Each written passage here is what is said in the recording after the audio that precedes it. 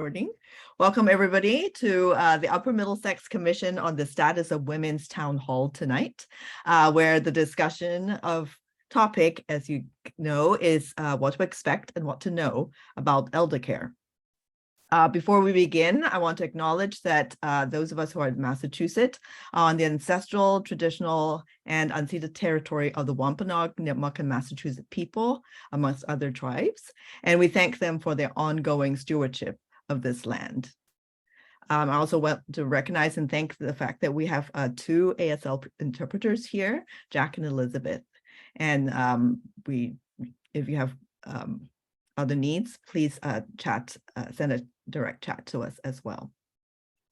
So I am Connie Chow, and I have been serving as the chair of the commission for the past 2 years, along with some wonderfully smart and dedicated women, Jenna Canfield, who will speak later. She's also one of our other commissioners. Some of the other ones are not able to be here, partly because of family and other obligations.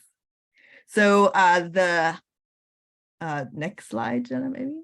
So the Upper Middlesex Commission on the Status of Women is a regional body of the State Commission.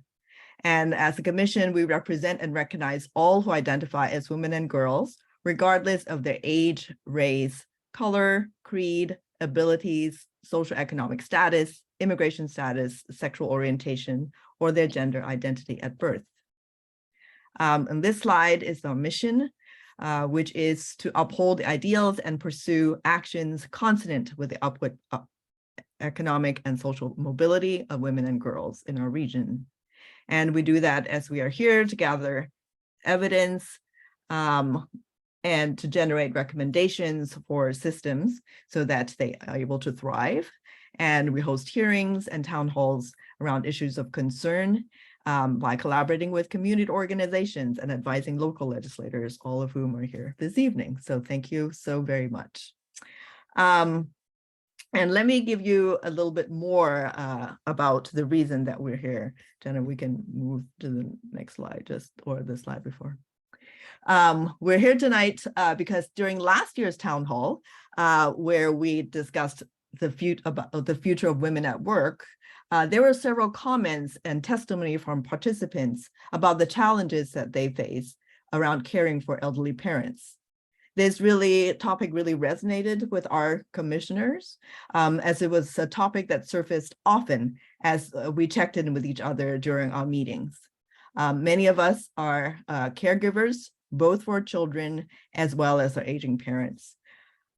As many of you know, the burden of caregiving can have significant financial, emotional, and physical consequences for women.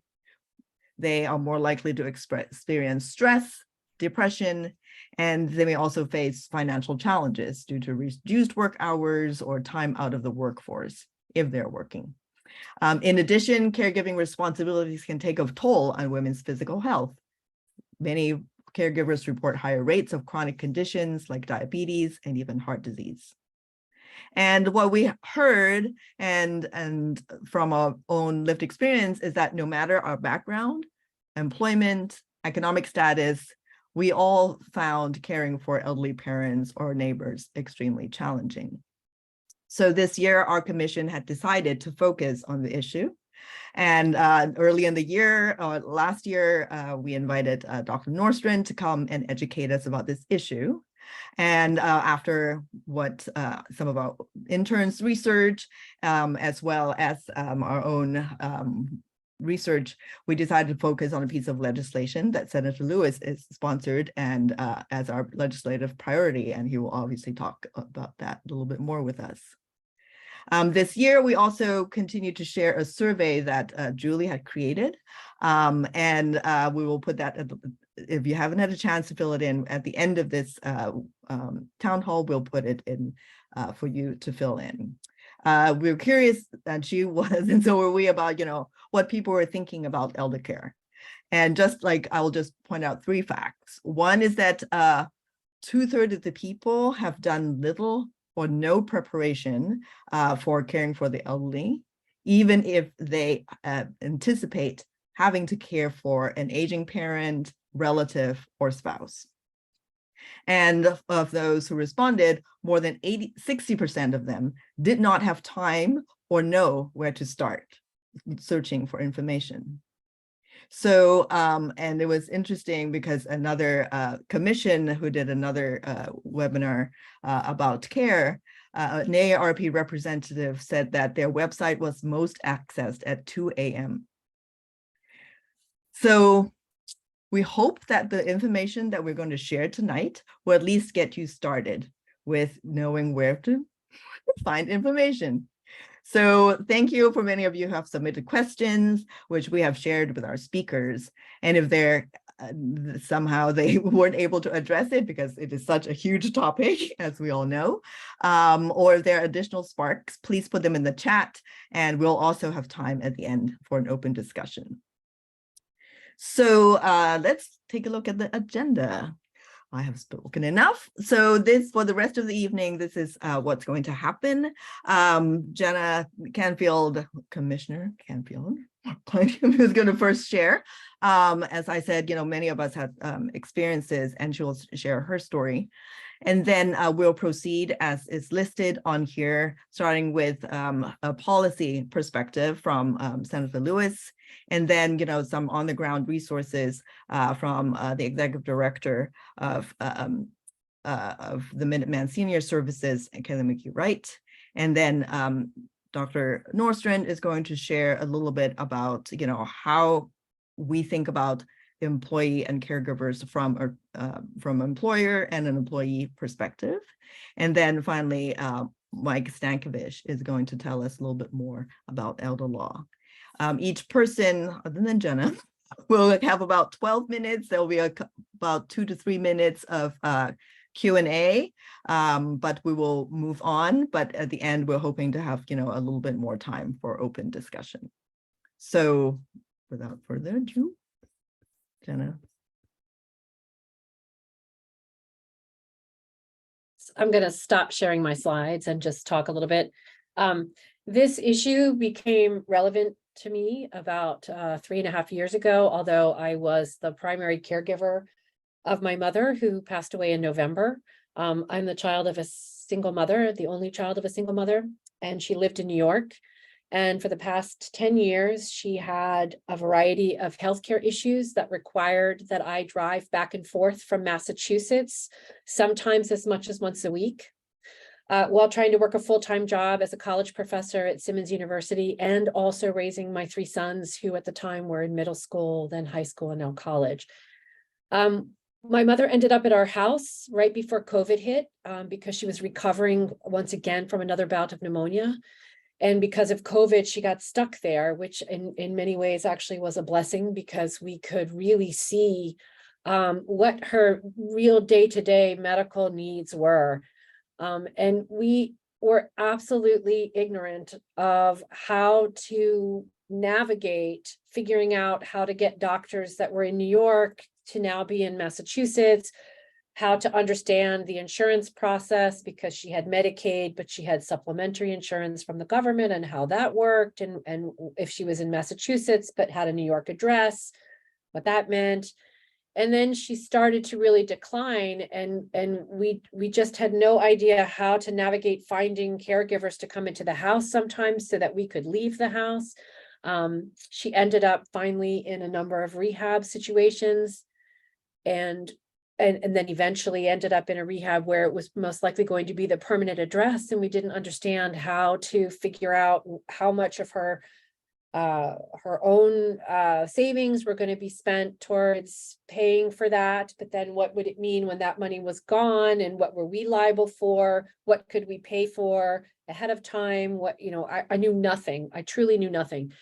And somebody told me about the Council of Aging in my town of Littleton, Massachusetts, and I went to a caregiver meeting that they had once a month that I didn't know anything about. And in the space of 1 hour, I learned all of the things I didn't know, and all of the things I didn't know, which was pretty extensive. And they turned me on to a fantastic organization called Minuteman Elder Services. And I was able to call them and talk to a counselor there. And with a 2-hour phone conversation, it lasted 2 hours, we found out all of the things that we should have been doing prior to that, but also what we needed to do. And therefore, when my mother's passing eventually came, we had really put everything in place very successfully to make sure that she was protected, that she was safe, that she was getting adequate care, that she was being taken care of in a way that we couldn't do in the house, because we were trying to do all of this on our own, including all of the daily caregiving in our house, which was incredibly difficult. And so this really motivated me to start bringing this issue to our commission, but also to the greater public in Massachusetts to understand how do we navigate this. The bottom line was I really didn't even know what I didn't know. I didn't even know what questions to ask. I didn't know where to look. The only thing I knew about was a sign in Acton that said visiting angels would come into your house and maybe do some caregiving. So I feel now that I really did learn a lot, and having that knowledge made it much easier for us to transition through each of the steps. So hence now the town hall, and why we felt it was important to have individuals from all of those areas come and talk to us, but also to have state representatives talk about some of the Massachusetts bills that are important around this issue, and to sort of just be informed. So that was sort of my motivation for this.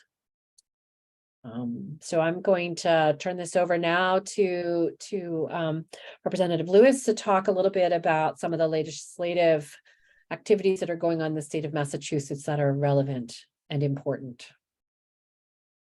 Okay.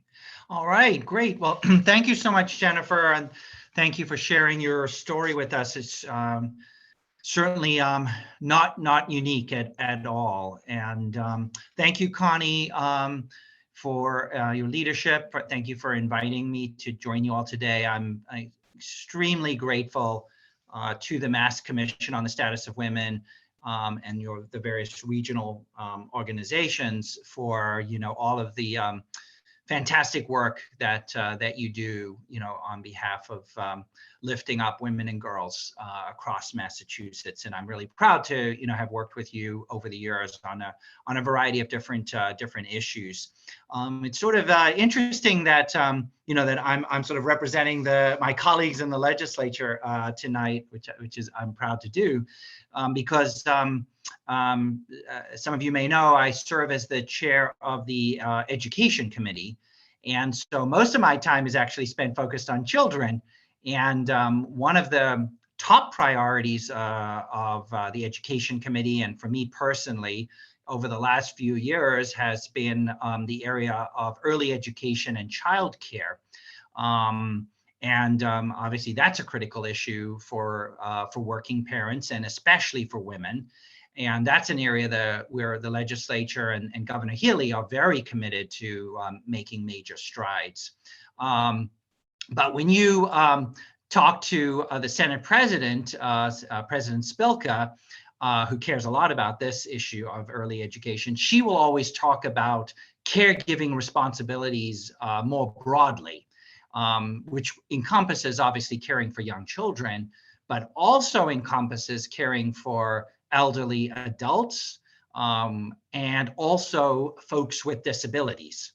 And all of those basically require different levels of care, much of which is provided, by family members, falls disproportionately on women.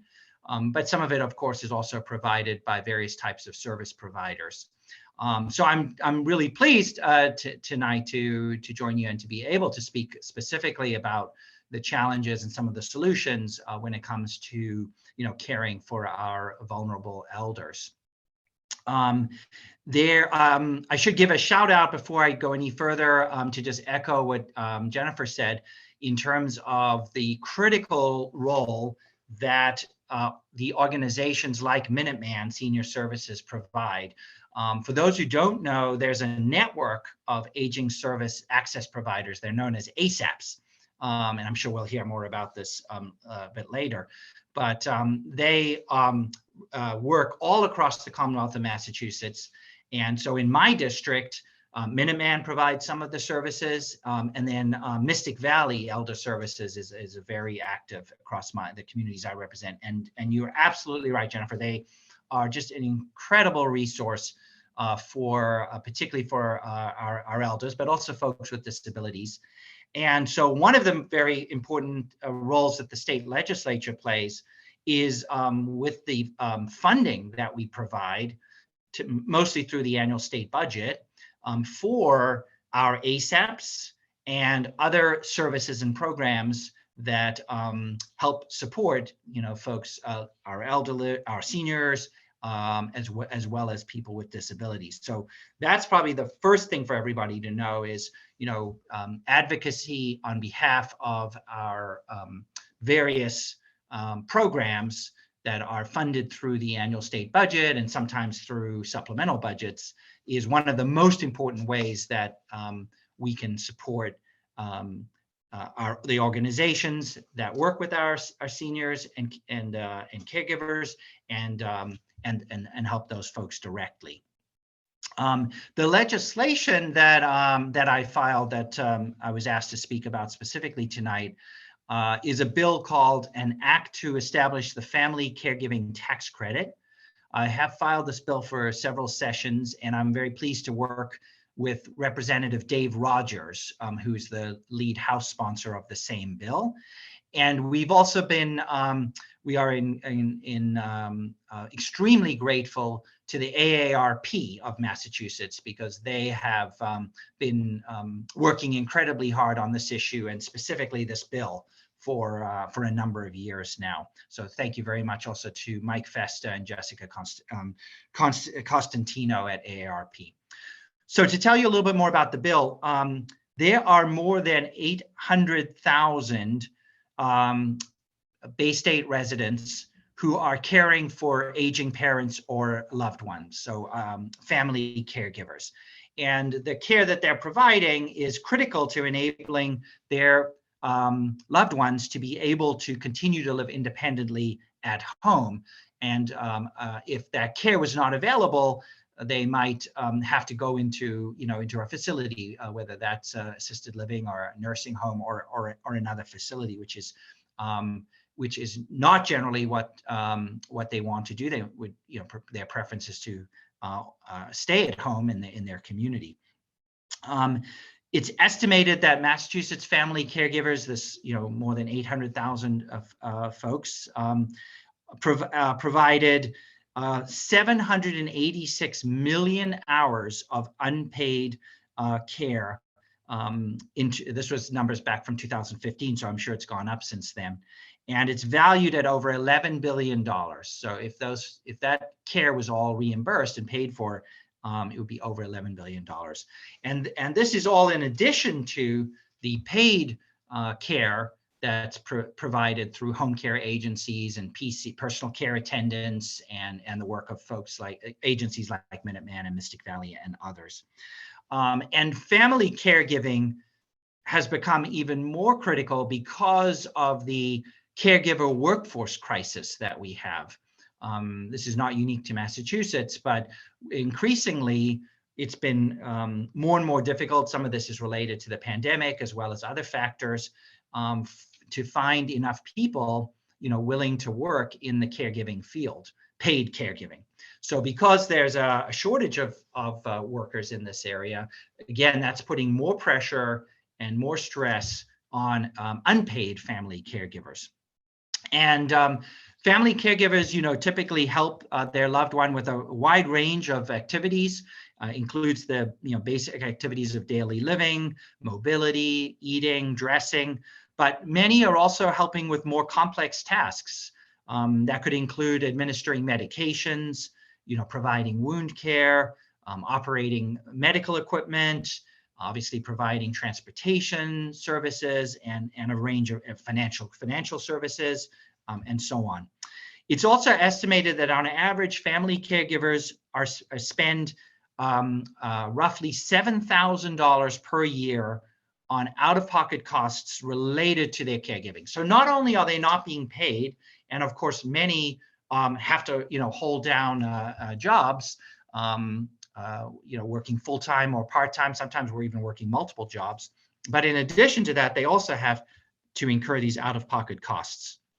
So that's what this bill is focused on, which is trying to provide ease a little bit of the burden for these family caregivers by providing them a tax credit, which would help to offset, some of those out-of-pocket costs. So what the bill proposes would be a refundable tax credit. So you would get this, on your when you file your income tax return, and the credit would be 100% of eligible expenses up to a maximum amount of $1,500. So that would be annually. What would be eligible for that reimbursable credit would include things like improvements or alterations to the taxpayer's residence, where they are caring for their elderly family member or loved one. That would help that person. For example, a ramp to access the entrance to the house would be an example. Purchase or lease of equipment necessary to assist in carrying out the activities of daily living would qualify for this tax credit. Hiring a home care aide or a personal care attendant, paying for respite care, paying for adult day health services, those kinds of out-of-pocket expenses that might be incurred would also be eligible.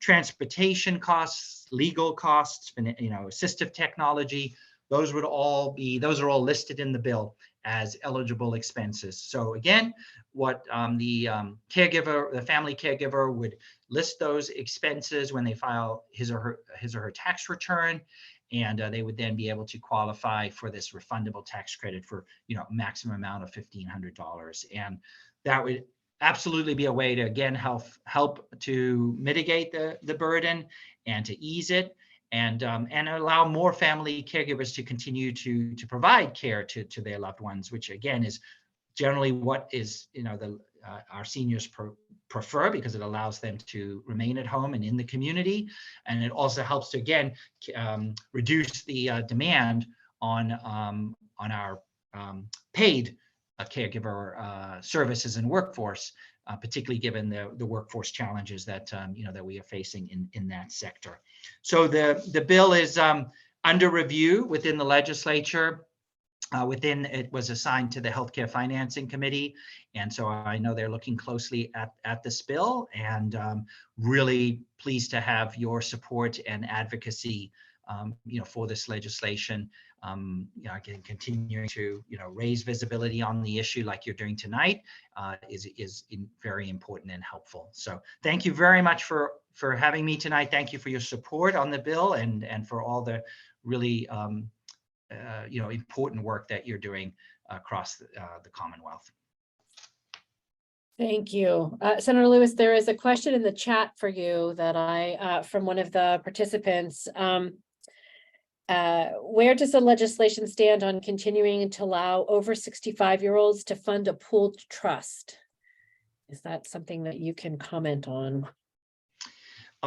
So I'm not that familiar with that specific bill, but in general, what I can say in terms of where bills are at, we did start a new legislative session in January.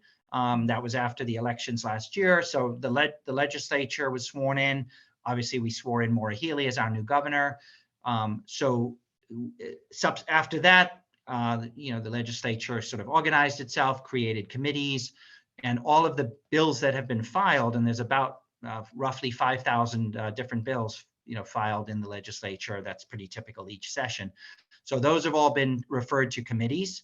And so the bill that you mentioned around pooled trusts would have been referred to the appropriate committee. I don't know off the top of my head exactly which committee that is. But the next step in the process is for all of these bills to have their public hearings. So committees are in the process of holding their hearings now. That's going to continue through the summer and into the fall. And everybody, is welcome to submit testimony on any bill that you support. You can do that in writing. You can attend the public hearing, either in person or virtually. And the committees will then be making recommendations on all these bills in the coming months. Thank you so much, and thank you also for your continued support in many of these issues and these legislative positions that support women and women identifying individuals. It's It's very heartening. So thank you. Are there any other questions for Senator Lewis before we move on to our next speaker? I know there's some questions in the chat that are sort of related, but I don't think they're specific. Please continue to put questions in the chat, and if you wish to ask a question, by all means, go ahead and do that now.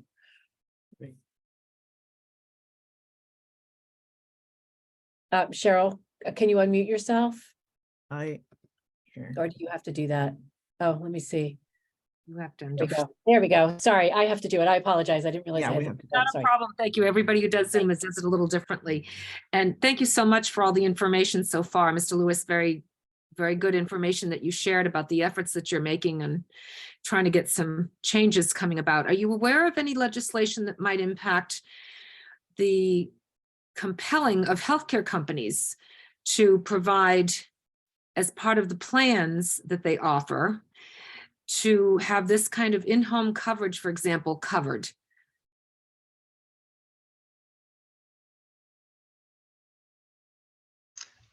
You mean in terms of, well, there is coverage. So for example, Mass Health, which is our state's Medicaid program, certainly does cover, a lot of different care services for people who are low income, people with disabilities, seniors who qualify. So there are a variety of different, like the PCA program, personal care attendants, that, that's largely covered by Mass Health.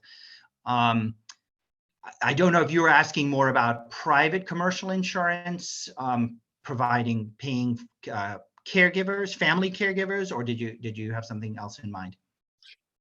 I think it's going to be one of those octopus things with many legs, because it depends upon the person's financial circumstances, as well as those caring for someone. I'm not the direct family member of the person that I care for who lives in Massachusetts, in Boston, and she's able, through assisted living and her financial situation, to have certain things done. But because of her financial level, she was not able to have certain in-home care things provided for her that would have allowed her to stay in her home longer. I care for her at a distance. I'm in New Jersey. So I'm just looking to see where I've noticed there are gaps that just aren't covered, because someone's falling in that lovely little space of, okay, you don't qualify because you're low enough income, but you don't have enough income to be able to support the type of services you need to have, especially if you're still anticipating a life expectancy for somebody that could be another 6-10 years. So it is a very hard situation for those tweeners, if you will.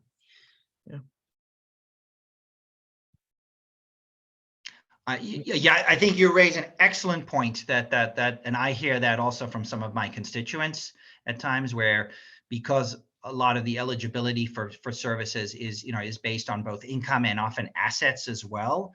There, if you qualify and you can actually access the services, that's great. That's very helpful to the individual and to their family. But as you said, if your income's a little higher, or you happen to have your assets that you have are above the limit, then that can, you wouldn't qualify for those services. So that's definitely a challenge for those families. I know that I think the next speaker or somebody coming up is the executive director of Minuteman, right? And so is that you, Kelly? Yes. So Kelly would be a great person probably to also address those challenges. That's an excellent segue maybe into the next speaker, and maybe Cheryl, that you'll get some of that information.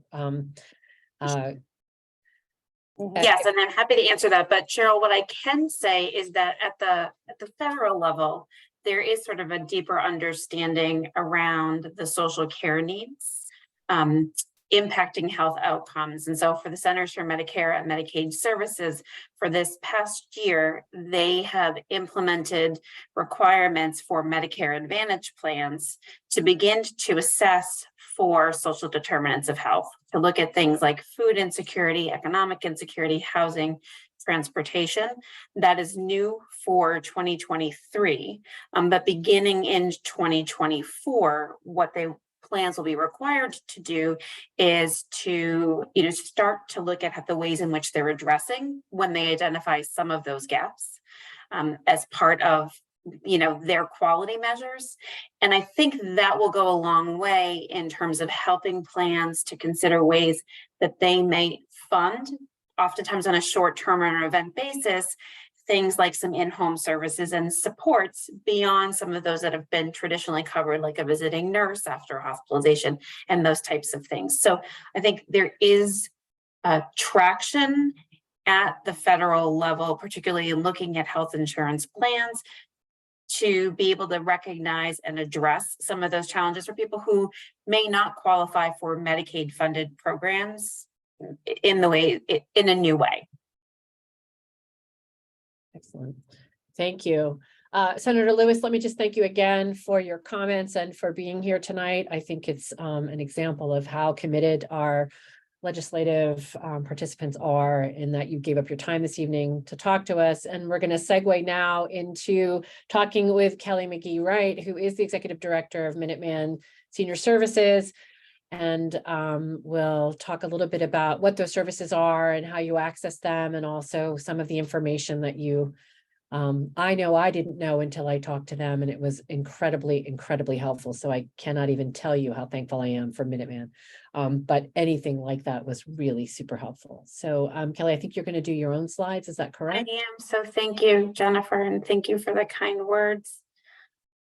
I will just ask. No, what's not happening here? Sorry. Let me pull up my slides in the hopes that that actually worked. Here we go. Sorry, just when you think you have Zoom covered.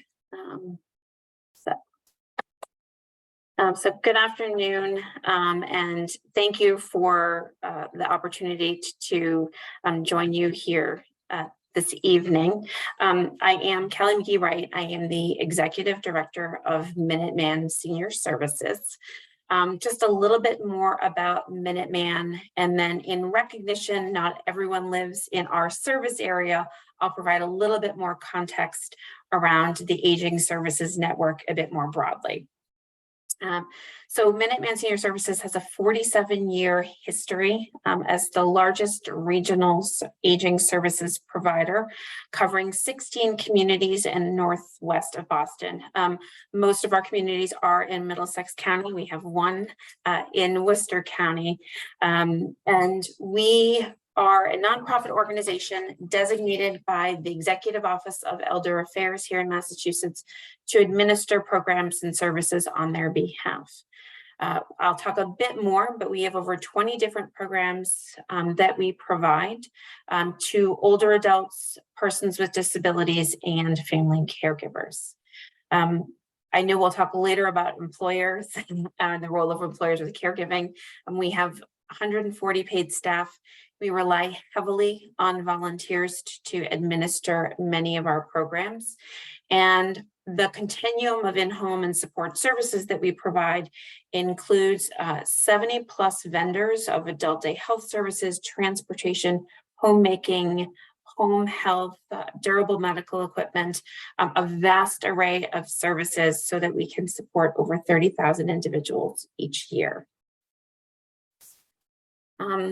So Minuteman is one, as Senator Lewis spoke to, of 24 aging service access points here in Massachusetts.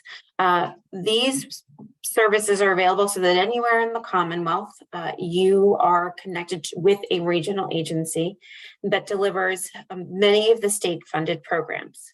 This includes case management services with that broad array of in-home services, elder protective services programs like money management, nutrition services, nursing services for assessment and eligibility of different programs, in addition to providing information and referral to our to individuals.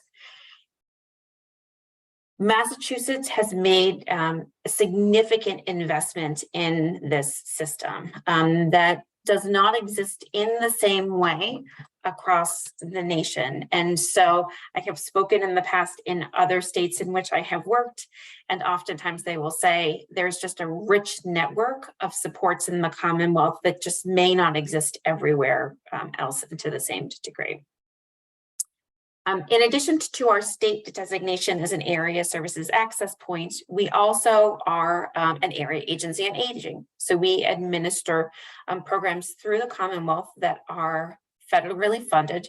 That includes a senior dining program, Meals on Meals, the nursing home ombudsman program, family caregiver support, information and referral.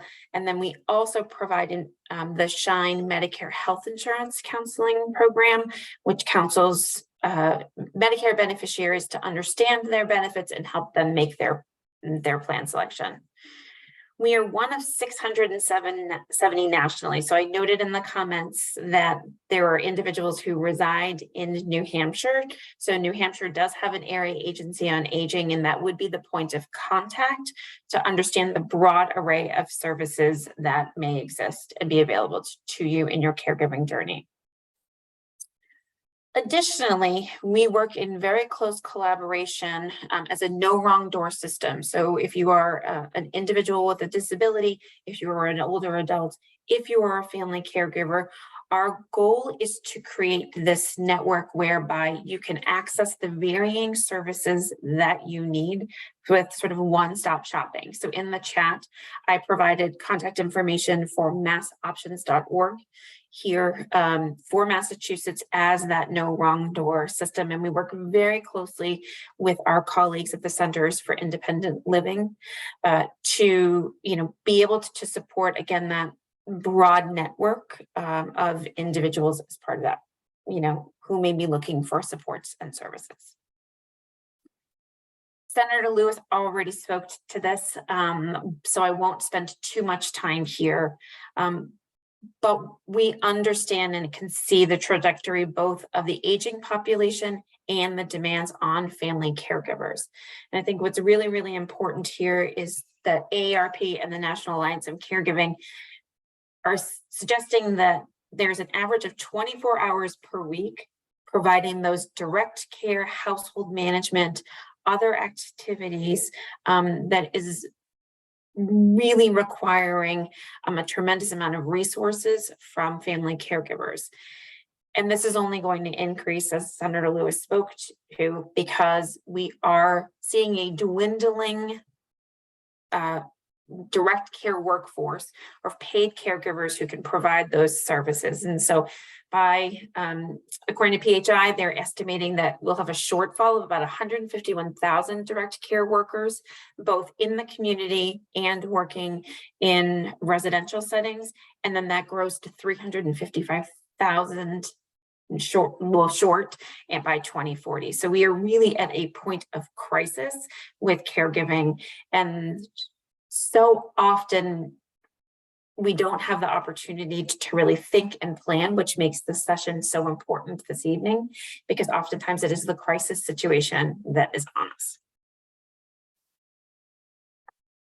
So my hope today is to provide you with some information, but more importantly, I think to begin to take action steps.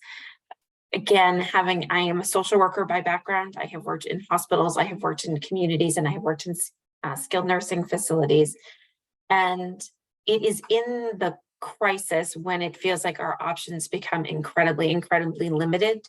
And so my hope is to provide you with information wherever you might be as part of that caregiving journey, and give you some tactical action steps that you can take as part of that planning. I think first and foremost, what I would want to emphasize is the importance of engaging in conversations, and do them early and do them often. We know the demographic shifts, and I think oftentimes, this is true in my husband, true in my own family, we're reluctant to engage in conversations, but in doing so, I think we start to really understand what is important to the older adult who are caring for, what are their thoughts and plans for the future, what are what's important to them as part of their planning, and beginning to think about, where they might want to live. What have they already started to work on? And thinking about that conversation, that if there is a need for care, how is this going to be met?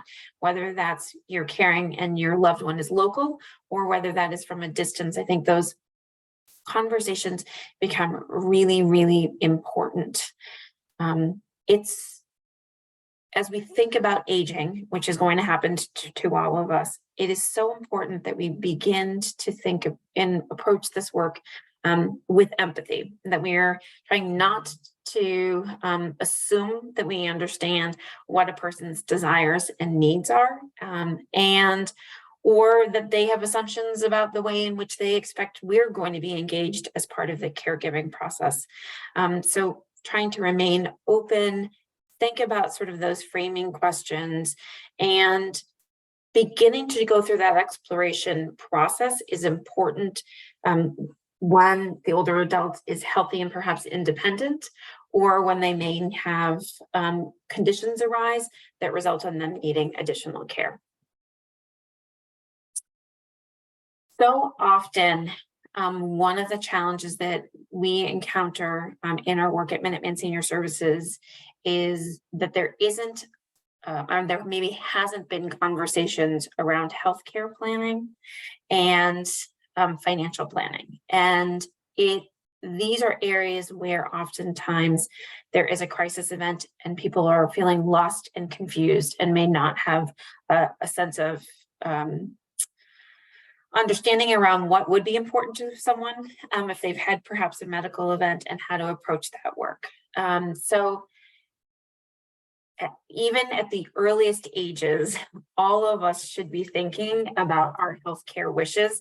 And I want to just share that Honoring Choices Massachusetts is a wonderful resource to begin that exploration for yourself, for your loved ones, around advanced care wishes.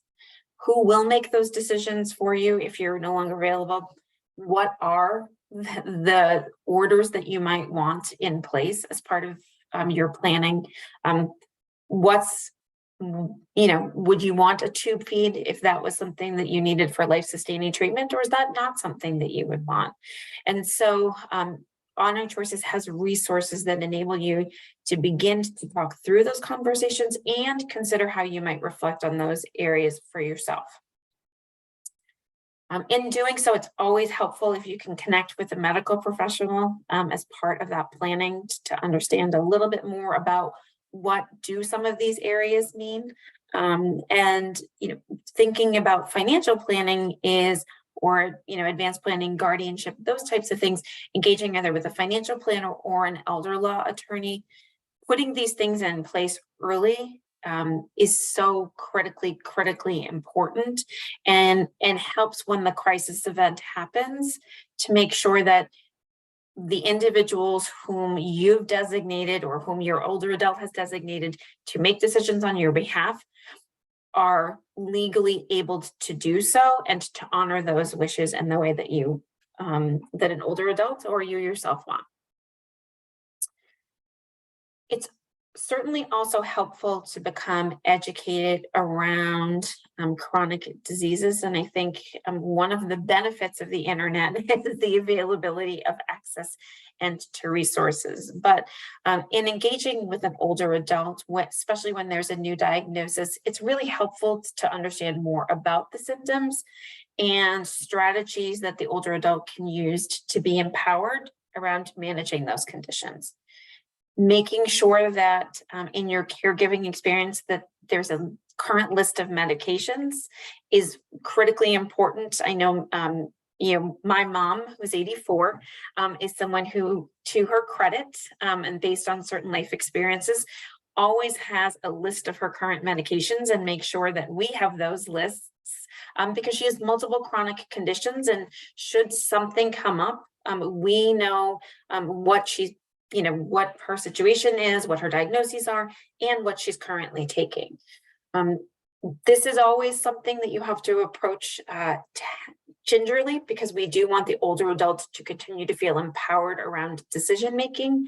But to the extent that you as a caregiver can be engaged in that process and understand what to expect, it can be very, very helpful in terms of having sort of future conversations around what care needs might look like.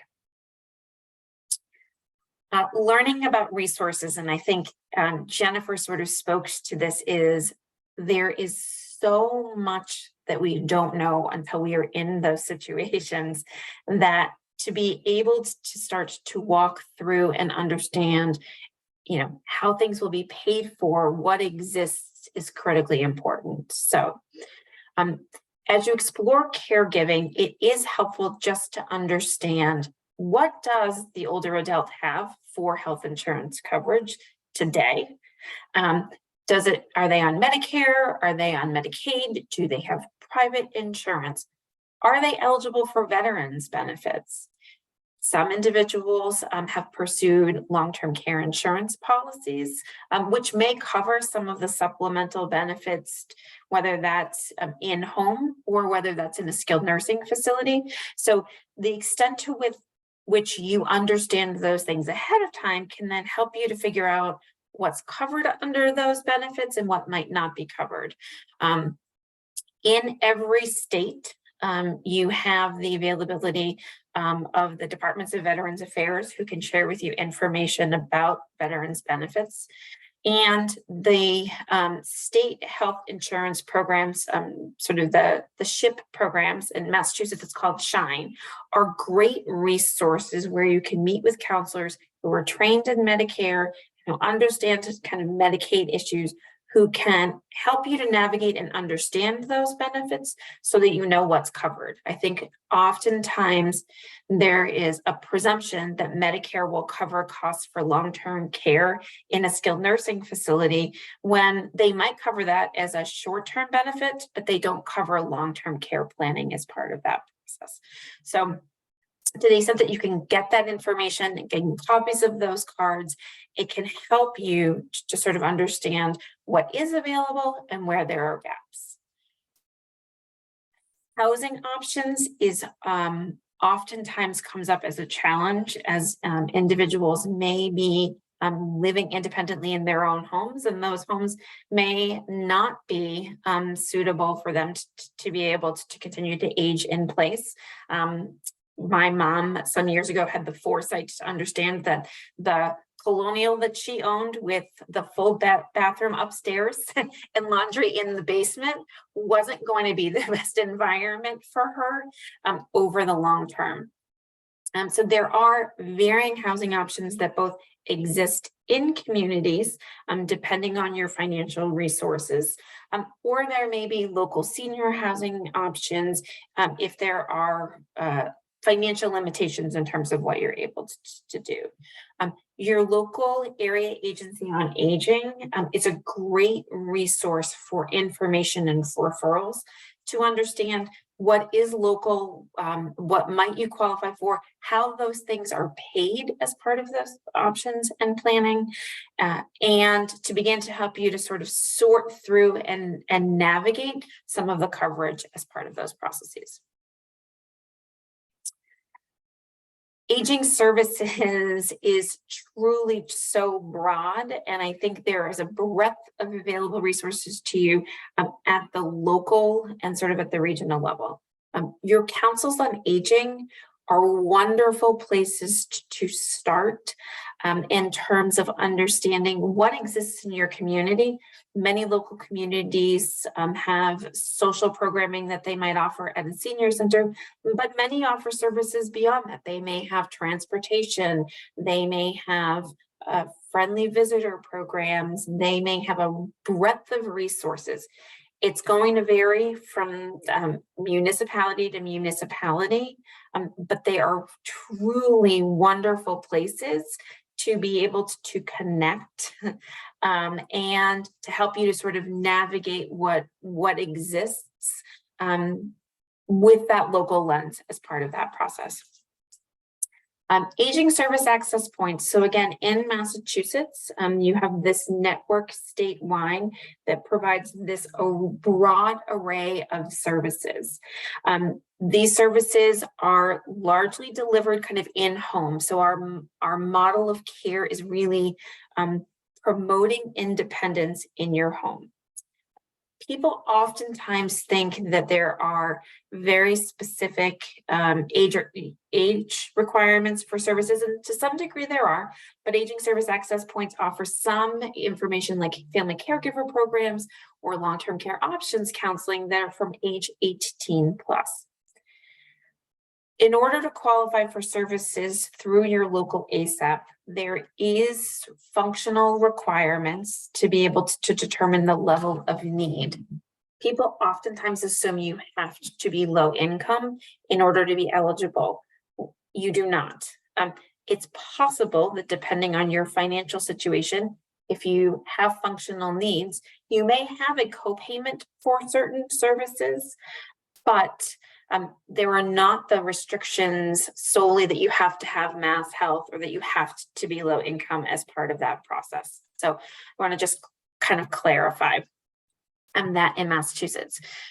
Your area agencies on aging, again, administer many of the federal programs. Home delivered meals is such a wonderful resource because oftentimes it provides not only just a nutritious meal, but an eyes-on check and a bit of socialization. And we find that that often is the way in which people will accept a service.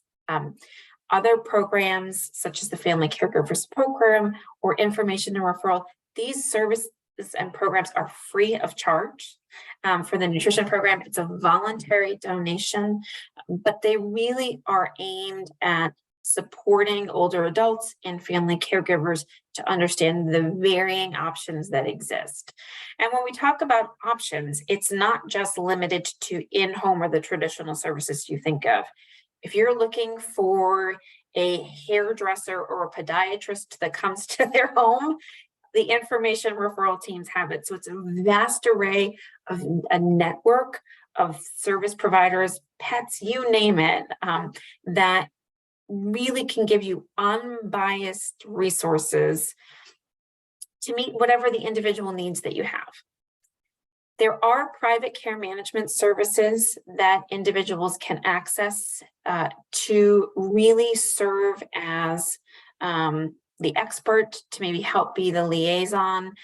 These oftentimes are private pay and have but they can help with the planning, especially I think in situations where sometimes there's long distance caregiving and you need that eyes on view to be able to sort of support your own efforts as part of that process.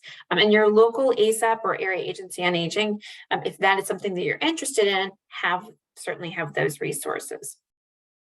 There is, as Senator Lewis spoke to, a broad array of services that can be provided in home or in the community that are available to you. If you start with your area agency on aging, if you're outside of Massachusetts, or your aging service access point in Massachusetts, if you just tell them where you're struggling, we can help you to navigate those steps. You don't have to be the expert. Let our teams do that as part of your services and planning, and then help you to understand what may be covered, what you might be eligible for in terms of public benefits, or if you're looking to supplement privately, how you go about doing that in a way that you're vetting those providers in and of yourselves. So understand there is a broad array out here. And simply, if your takeaway is just to pick up the phone and call, there is someone who's going to be able to help you sort of navigate that process. Building your care team. I think this is an area where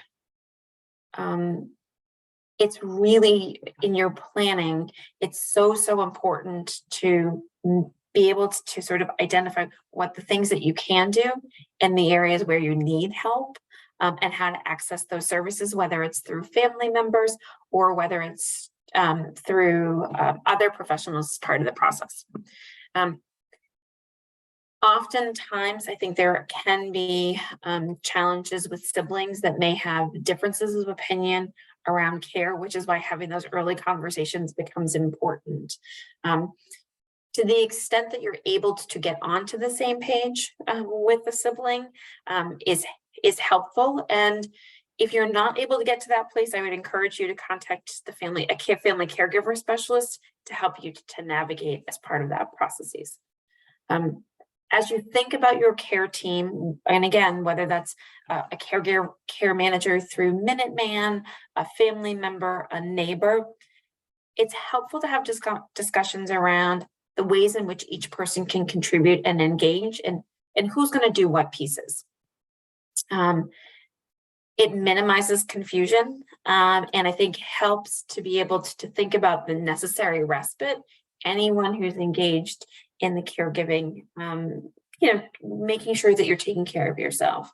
And then thinking about communication. What does this look like if there's a change with mom? How are we communicating that so that everybody's sort of on the same page? And then how can we adjust the care plan as part of that process?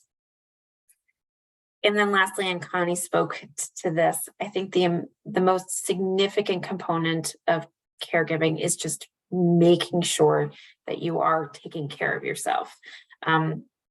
Sleep, nutrition, social connection with family, with friends become critically important in terms of your ability to be able to care for the older adult and your loved one. And so to the extent that you can take those few minutes a day to debrief, whatever that looks like, if it's going for a walk, if it's connecting with a friend, going for lunch, getting exercise, that 5 minutes is going to help you recharge as you think about your caregiving responsibilities.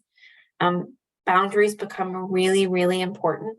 And that's easier said than done, but understanding the scope of what you can and what you can't do becomes critically important. Asking for help, and that's not just understanding help and resources, but as an employee, understanding and connecting with your HR department to understand what benefits may be available to you. Here in Massachusetts, the paid family and medical leave has provisions to allow for time off, whether that's intermittent or whether it's an extended leave for family caregiving. And I think those are the types of things that it's a challenge to do, but to the extent that you can, it becomes really, really important. And as Jennifer spoke to, connection with others, whether it's organizations like the Alzheimer's Association, the National MS Society, those broader organizations, or caregiver support groups, it becomes really both validating around your own caregiving experience, but you learn tips and tricks that you may not necessarily have thought of as part of that process. So I'll pause there and see if there are any questions. I'll stop my share. So I'm going to give you one question from the chat, and then I'm going to hold to the questions till the open discussion time, if that's okay. But that's fine. The question in the chat was, where do you find family caregiver specialists? So this is a federally funded program, so you can contact your local area agency on aging, and they will connect you with your local family caregiver specialist. Great. Thank you so much. If there are other questions for Kelly, we're just going to hold them till the open session so that we can get to our next speaker. Kelly, thank you so much. As you know, I'm already a big fan of Minuteman. They really did help me tremendously. So I'd like to introduce our next speaker. It's Dr. Julie Nostrand, who is the founder of Help My Aging Parents. She's also a board member on the Newton Council on Aging, and she's going to talk to us a little bit about her agency and also some information about employee-employer relationships. So Julie, go ahead and take it away. Great, thank you. So nice to meet everyone. I'm just going to get my slides up. So just bear with me. 1 second.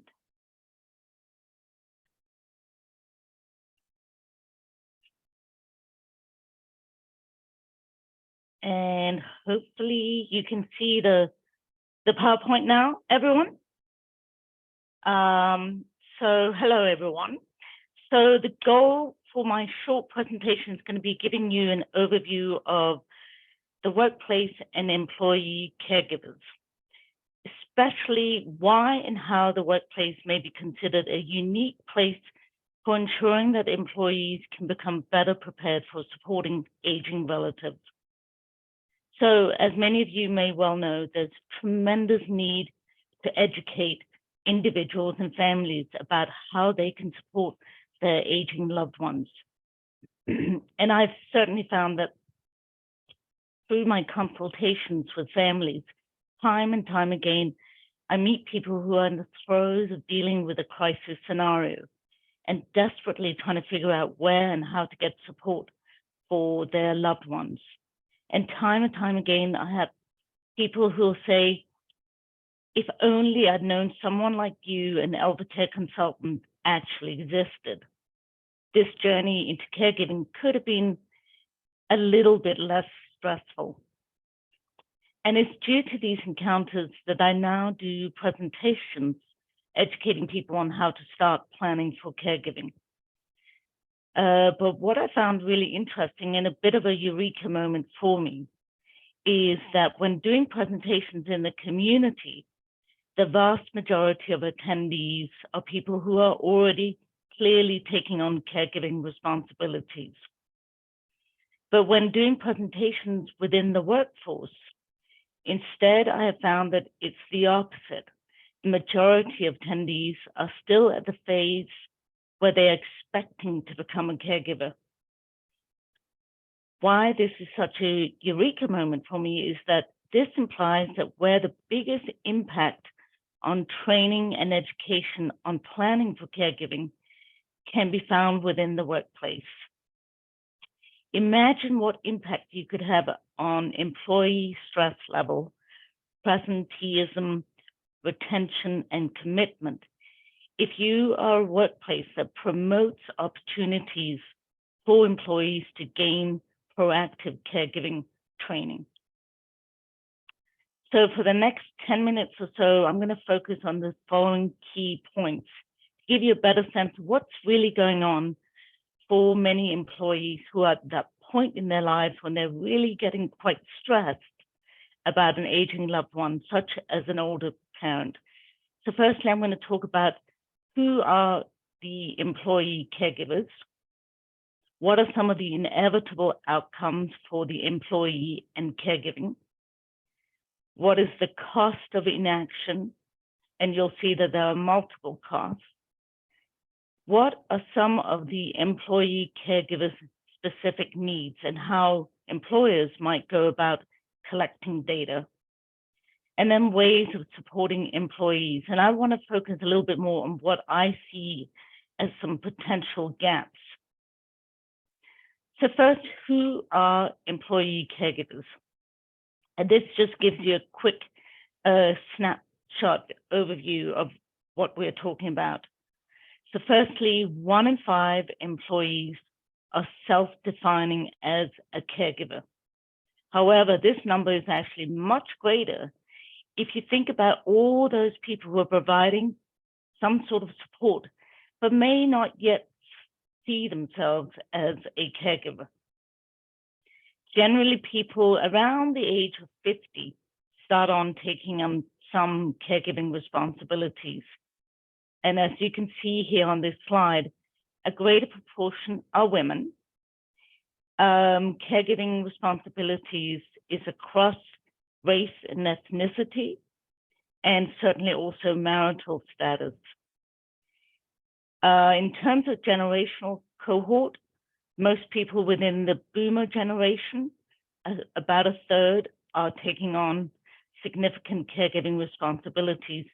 But notice also that a fair amount of Gen Xers, as well as millennials, and in actual fact, through my work, I'm coming across more and more people who are millennials who are taking care for a grandparent.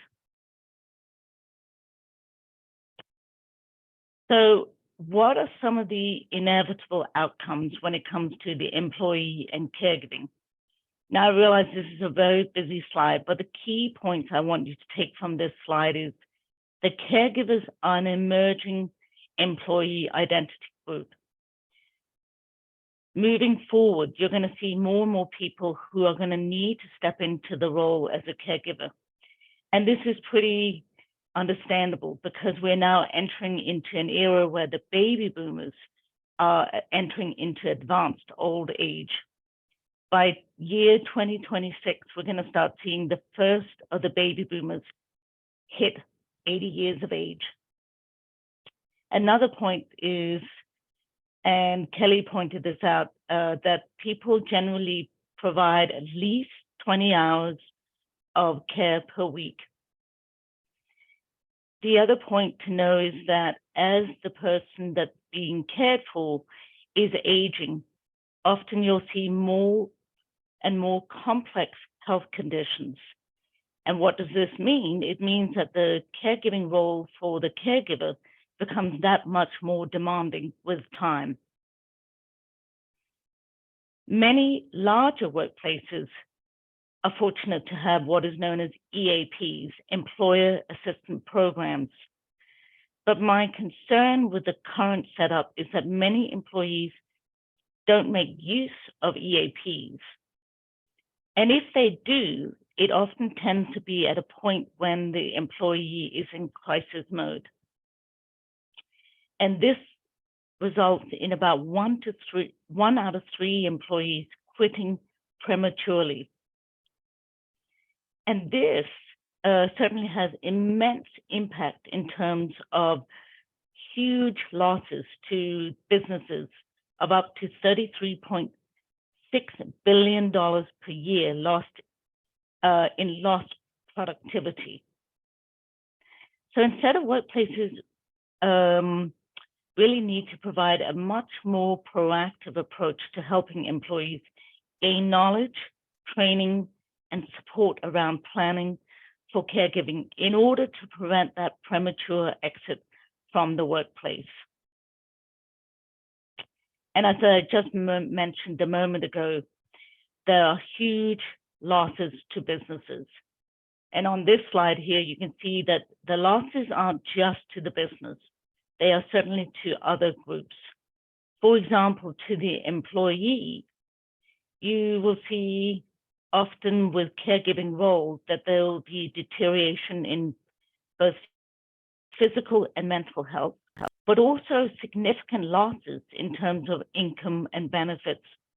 On average, people who quit from the age of about 50 and don't return to work, they'll experience a loss of over $300,000, both in income and benefits over their lifetime. So quitting prematurely really has a detrimental impact on the employee. The loss to the business isn't just in terms of productivity, but also increased employee turnover, also increase in administrative costs. And then there's also an immense rise in healthcare costs with this situation when employee caregivers are stressed. You'll see a greater number of ER visits, hospitalizations, cancer screenings, wellness visits. Also, greater number of negative coping mechanisms amongst stressed out caregivers. And ultimately, for the US employers, that can result in $13.4 billion of extra costs. And this is actually based on a 2010 study. So you can only imagine what the costs might be today.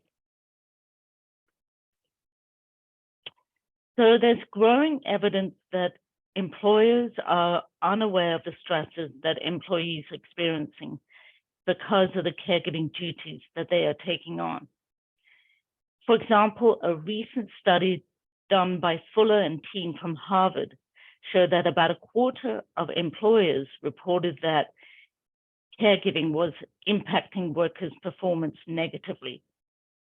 But when asked among the employee caregivers themselves, they would say that it was about 80% that were feeling that they were being negatively impacted.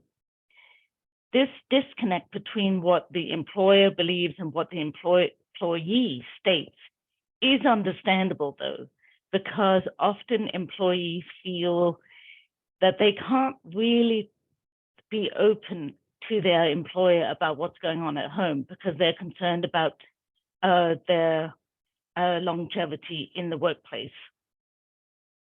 One way that the workplaces can educate themselves around the needs among their employees around caregiving starts off with data collection. But currently only about a little over half of workplaces are not collecting any data on their employees. And ultimately the employer cannot respond to the growing needs among the employees if they don't collect the data. So simple ways of collecting data, if you are an employer, is simply doing surveys, and also a growing movement, which is they're calling stay interviews, where you're really asking your employee, what do you need in order for us to support you so that you can stay in the workplace longer? So through these surveys and stay interviews, employers get a chance to educate themselves about what's really going on with their employees, and then ultimately acting on the data. And there are a growing recognition that there is a tremendous need among employees for support among their employers.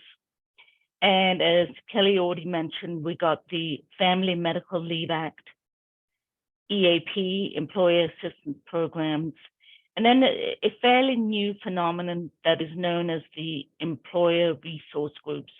And this is something that's run by employees themselves, and they will focus on specific issues that are important to that employee group, such as caregiving. I, however, would like to see more resources for helping employee caregivers that take on a much more proactive approach. And this, I believe, would fill an important gap in the current setup. And that can be done through, firstly, interactive training webinars that are made during work hours, such as lunch and learns, where employees are given education and then training on how to, and this speaks very much to what Kelly was speaking about, was how to start the conversation, what it should consist of, learning about the resources and services available to older adults and caregivers. And I would say that, you know, some people may react and say, well, this sounds like fairly simple points.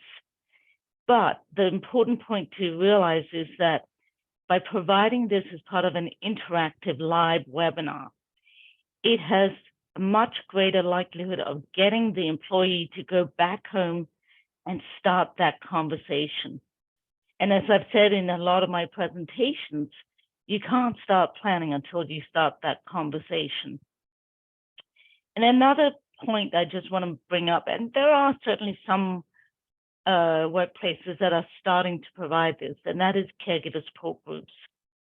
And the reason why they are so impactful is that they not only provide that sense of feeling that you're not alone, but also it provides building bonds between employees. So the key point I just want to drive home to you all is that employers really need to start demonstrating to their employees that they understand that many are dealing with caregiving and that they are there to support them. And ultimately, this can lead to much greater employee well-being, retention, and commitment. And that is it.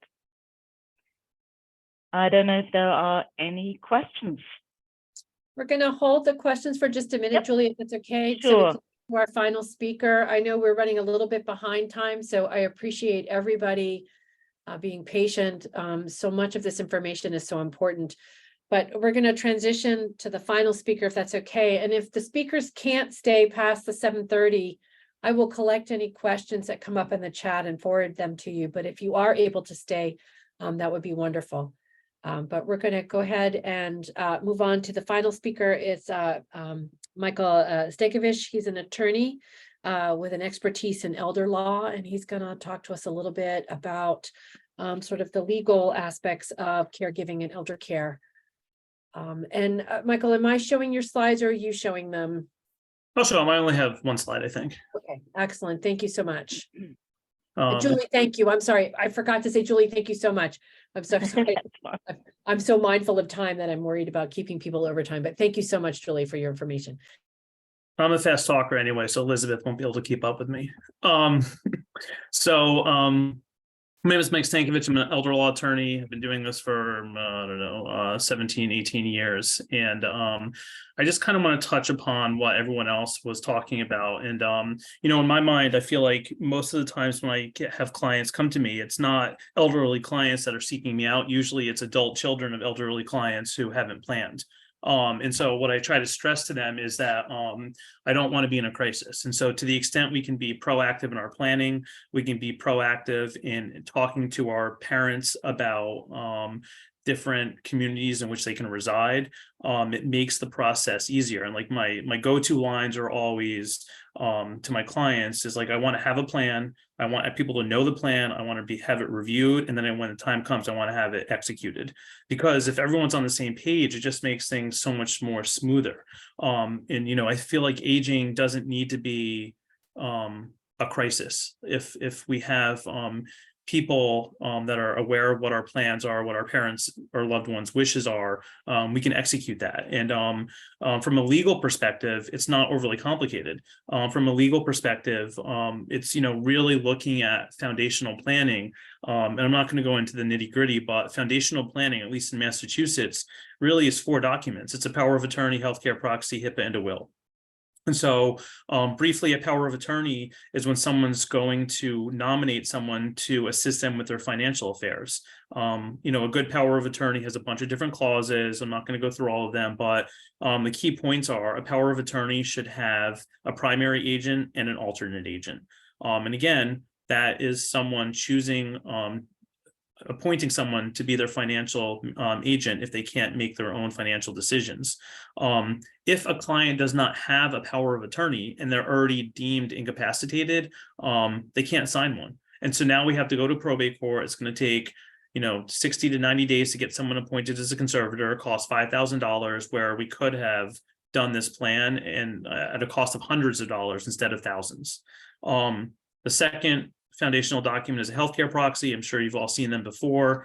Healthcare proxy, you're choosing someone to make healthcare decisions for you if you're not competent. Generally, I see that with advanced age. A lot of times I see it with hospitalizations, especially if someone's unconscious or under anesthesia. When they're admitted, they have to sign a healthcare proxy. Naturally, you want one that's much more comprehensive than the one-page state form that you get at a hospital. The third document, a HIPAA, it's overlooked frequently, and I don't understand why. A HIPAA authorization is a one-page document that allows your parents or loved ones' doctors to speak to you, even if your parents are still competent. A healthcare proxy, like I said, you nominate someone to become your healthcare agent if you can't make healthcare decisions. That needs to be invoked. If I have a healthcare agent, a doctor needs to say, Mike, you're no longer capable of making your own healthcare decisions. I'm invoking your healthcare proxy. For aging parents, it's important that they have signed a HIPAA authorization for their children so that their children can kind of speak to their doctors and say, hey, what's going on with mom or dad? How was their checkup? Anything I should be aware of while they're still competent. It's really important. And then a will, so that way you can, your parents or loved ones can designate who they want their assets to go to when they pass away. That's foundational planning in Massachusetts. Anyone who is 18 to 118 should have those core documents. You can change them as many times as you want, but when we're talking about averting a crisis, usually that's the first step. If we have these documents in place, we can then manage things that may pop up, problems that may pop up a lot easier than if we have to initially start with foundational planning. I don't do a bunch of revocable trusts. I've seen them. I do some of them. They're more popular with attorneys that I think have been practicing for many decades. They serve a purpose, but generally speaking, in the context of Medicaid planning, which we'll talk about in a minute, they serve no purpose. And so usually a revocable trust is done to avoid probate, which years ago made sense because probate, if someone passes away and they had assets that are just in their name, you have to go through the probate process, which years ago would cost thousands of dollars and take a year to get through probate. But ever since 2016, Massachusetts adopted the Uniform Probate Code, which other states have had for decades. And now generally, I would say it costs around $1,500 to go through probate and takes approximately 60 to 90 days. So the only times in my practice I usually recommend having a revocable trust is if my clients have minor children, or they're leaving assets to adult children who may have be terrible with money or may have alcoholism or a substance abuse issue where they just don't want to turn over their money directly to the beneficiaries. So Medicaid planning. There are a ton of there are a ton of programs out there, and I think people are unaware of them. Some Medicaid, generally when people talk about Medicaid planning, they're talking about nursing home costs and how to protect assets and shield your assets so that way Medicaid will pay for your stay in a nursing home. But there are also other programs through community mass health, which will help pay for programs at home. There's the home and community-based waiver program, which will subsidize costs to get care at home. There's the PACE program, which I sometimes use in assisted livings, where the PACE program will pay, I believe it's in this area, I'm in Melrose, is about $1,435 a month to pay for the rent, to subsidize the rent of an assisted living. So a lot of times when my clients come in and I suggest maybe looking at assisted livings, which I'm a huge proponent of because I've seen loved ones trying to manage caring for their parents at home, and it works, but it's rare, especially in smaller families. And I see a lot of clients in crisis because they're at home, they're alone. Even if they're getting care at home, it's still isolating. Whereas if they're in a community, like an assisted living, there's more options, there's more interaction, there's care. I'm a huge proponent of assisted livings, and when I tell my clients the average cost is around $7,000 a month, they normally fall out of their chairs. But if you figure at $7,000 a month, most of my clients will have Social Security and or a pension. So there's still going to be a shortfall, but there's potentially a PACE program that's going to pay $1,435. Some assisted livings have low income programs that will reduce the rent to $24.95 a month. There are other programs like aid and attendance through the Department of Veterans Affairs, which will pay a veteran, I believe, up to $2,000, and a surviving spouse of the veteran, I believe, up to $1,700 a month. So very quickly, we can start throwing different programs at these, and assisted living is affordable. We can do it.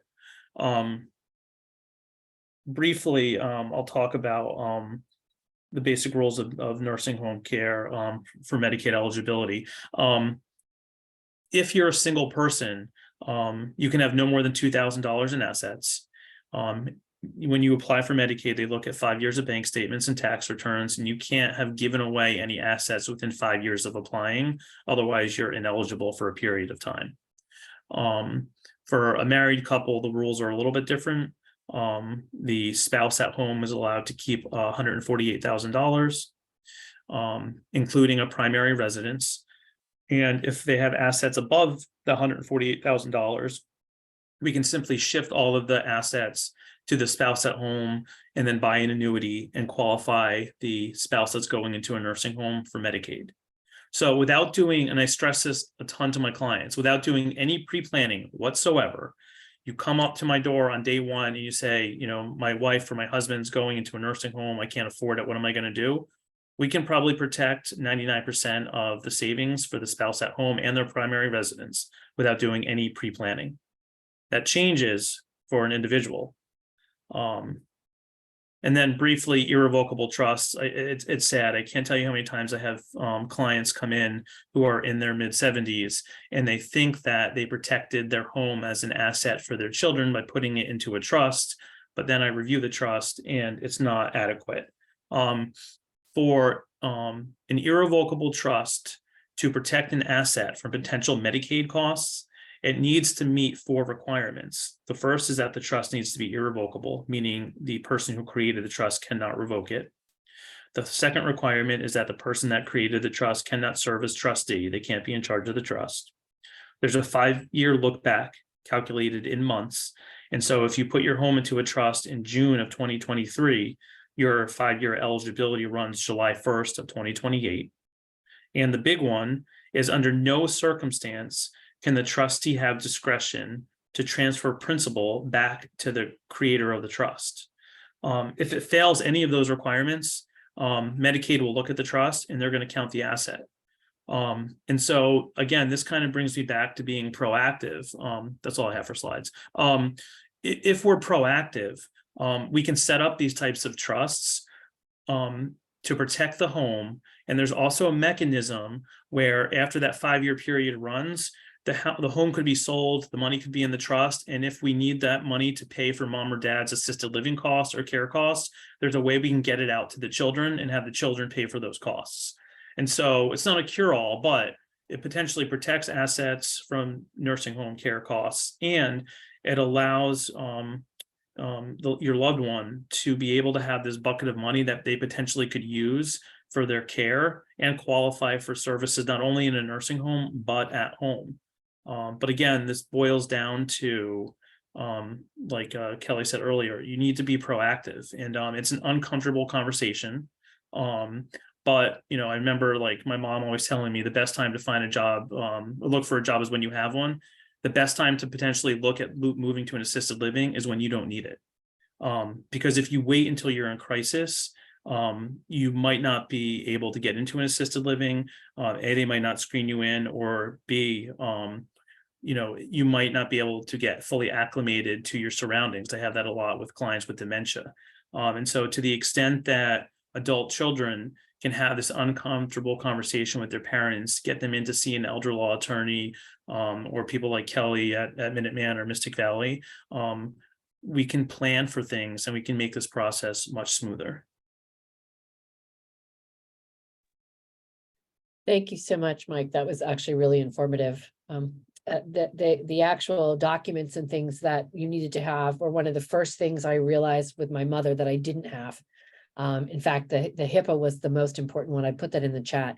Her doctors couldn't talk to me, and I didn't realize that I needed forms that would allow that to take place. So I couldn't even participate in her caregiving. So that's very informative. Thank you. I recognize that the time is now 7:30, which is really the ending time for this event, but I know that there's a lot of people here. If our speakers are able to stay, and we can open this up for some discussion and also for some of our participants to tell a little bit of their story, that would be wonderful. If our speakers do need to leave, I will collect any questions that are in the chat and save them and then forward them on and try to get answers so that we can provide them for the participants.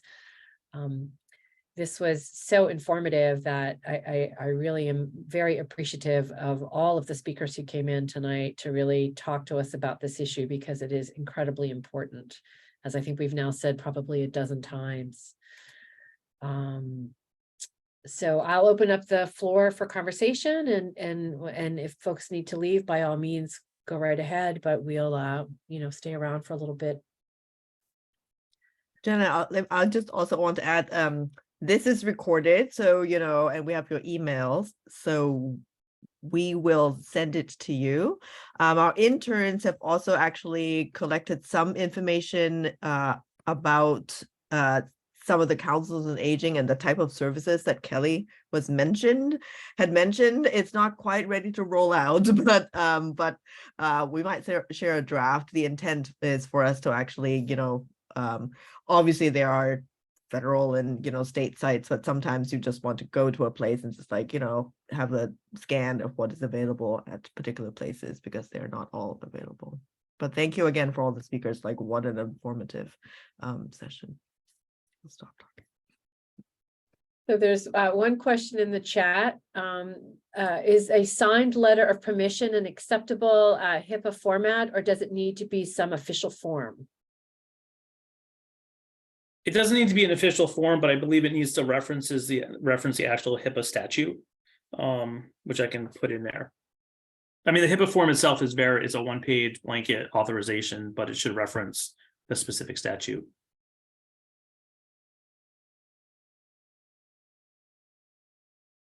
Yeah, as Cheryl commented, every healthcare provider has this form, and that is correct. You have to know to ask for it, but they do have it, and you can fill it out right there in the physician's office. I did that while in crisis mode at one point, but yeah. Any other questions? Go ahead, Cheryl. Oh, let me unmute you. Sorry. Oh, I don't. There we go. Are we good? Yes. Just a quick question, because everything was so fantastic and I love everything that was presented. Curious about if you folks have considered how you're going to get this information out to different employers throughout the state of Massachusetts, since that's where you're focused. For example, have you connected yet with any of the chapters or state conference for the Society for Human Resource Management? You could reach a plethora of employers that way who are all member representatives, and as they participate in each chapter. And I, especially for Julie, because your information and Mike, you are not just specific to New Jersey, sorry, that's where I am. That's just specific to Massachusetts. I would be more than happy to put you in touch with the right people at the Society for Human Resource Management national level and see about you folks being able to talk with them about getting yourselves in for special sessions. Just as we did years back when it became the big, push point about veterans and hiring veterans in the workplace, they could put on some special conference sessions and half-day workshops that would include this kind of information that I think all the employers, the HR professionals would eat it up. And that's where we, I think, really need to be able to get everybody who is having these issues. As Julie pointed out, the statistics are just overwhelming when you look at the numbers, and given this, the dates of the research, knowing what it's possibly at now and what it will be as we do age in our baby boomer population, this is the big thing that's going to need to be addressed. It's going to be the big drain for employers as well as for our governments for funding programs. Cheryl, thank you so much. I would greatly appreciate if you could put us in contact with anyone that you might know. My overarching premise is to try and get people to wake up. And get people to realize that this is not something that they can keep, the head in the sand about. And that the more planned the employee is, the more likely they're able to stay in the workforce for longer. And that's the whole crux of the emphasis of what I'm trying to get HR to realize as well. And I think there is, unfortunately, within the workplace, there is still that disconnect, as I pointed out in my presentation, which is employers think that everything's going smoothly and employees keep their mouth shut. And I think, for example, I think it's Walmart that implemented a program, and I forget what it's called, but they implemented a program where anyone who was a caregiver would wear some sort of badge, which made people realize how many of the employees were actually caregivers. And the second point is that it made employees realize who to reach out to. Because one of the things of that survey, that if you filled out the survey that Connie alluded to, is one of the things that people, especially in the beginning phases of becoming a caregiver, the number one person they really want to speak to is someone else who's been a caregiver. Because they know that they have walked the walk and they understand the barriers, they understand the emotional drain. So it's really, we need to sort of shine a lens on employee caregivers within the workplace. It's similar to the non-disclosure of disability. Someone with a disability may not want to disclose. We have that a lot with veterans. For fear that Absolutely. they'll lose their job.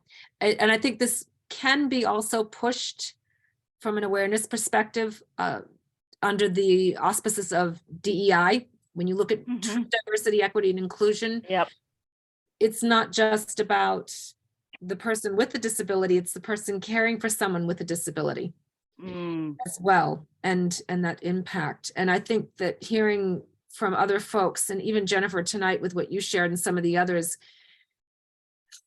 just knowing that somebody else had to do the kinds of things each person might be privately dealing with is a big stress reliever, because they suddenly are no longer feeling alone.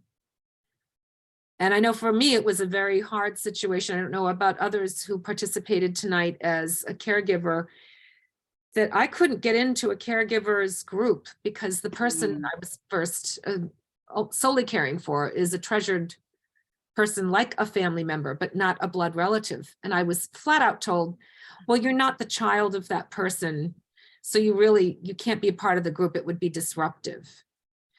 Even though she's more like a mother to me than the mother I have that I now care for, who is also with Alzheimer's. So it's interesting what is available for a support resource. And I have to again applaud my home state and my hometown, Newton, because I am so proud of everything that's being done there. When I look at what we struggle with down here in New Jersey, what we struggle with out in Hawaii, where there's just nothing available. You have a plan or program available, but there's nobody available to fulfill the service.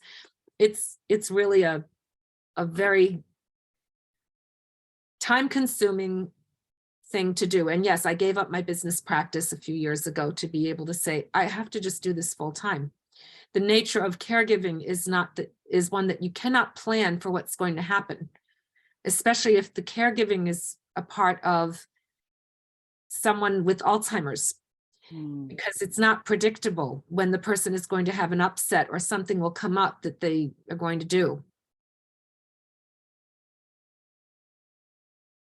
Thank you, Cheryl. Thank you for sharing that. I want to just alert everyone that there's a couple of resources and information in the chat.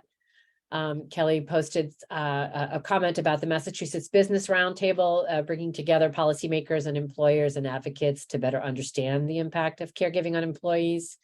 It's really a particularly big issue across the state.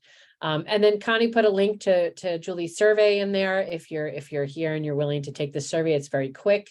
The data is non-identifiable, and it helps us really understand what people are going through.